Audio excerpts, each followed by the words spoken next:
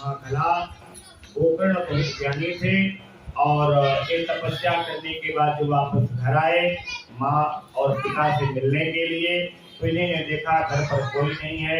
रात्रि में पहुंचे थे, विश्राम किए। फिर इनको आवाज आई कि अहम भ्राता हृदयोस्मि धुंधकारी नाम था। हे भाई, मैं आपका छोटा भाई धुंधकारी हूँ और अपने कृत्य से मैं आज इस योनि में प्राप्त हो गया हूँ। अगर आप कुछ उपाय जानते हैं कि हमारी प्रेत योनि से मुक्ति हो तो आप कृपा करके वो हमको बताइए। प्रेत हो चुके थे धुंधकारी, प्रेत हो चुके थे।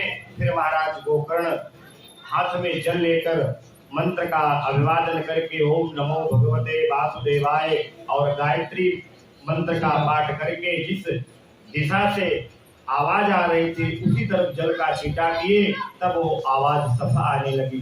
महाराज जी एक बात अब और हम आपसे पूछना चाहते हैं, प्रथम दिन की कथा में इस बांस में एक गांठ फट गई तो आवाज आई तो लोग उसमें चिल्ला पड़े, बोले ऐसा क्या हो गया?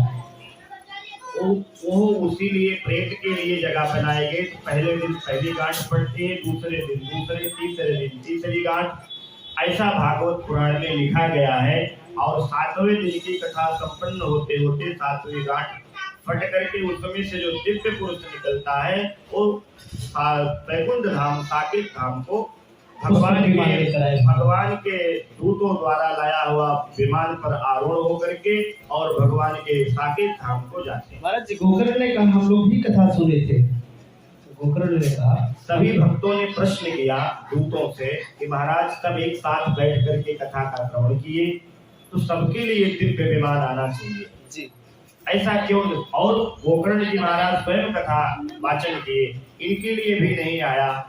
दूतों ने कहा जिस प्रकार से एकाग्रचित होकर के धुंधकारी ने कथा सुनी, ऐसा किसी भक्त ने कथा का श्रवण नहीं किया, इसीलिए एक धुंधकारी के लिए विमान आया।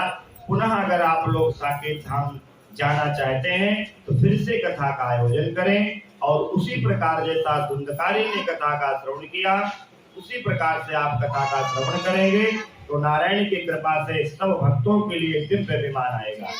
और ऐसा ही हुआ, ऐसा ही हुआ। भगवान नारायण के यहाँ से विमान आया और भागवत में लिखा है कि जितने भक्त थे, यहाँ तक कि जो जीव जंतु वहाँ कथा सुन रहे थे, वो भी दिव्य विमान पर आरूढ़ होकर के और महाराज के साथ चले गए। बोलो लक्ष्मी नारायण भगवान की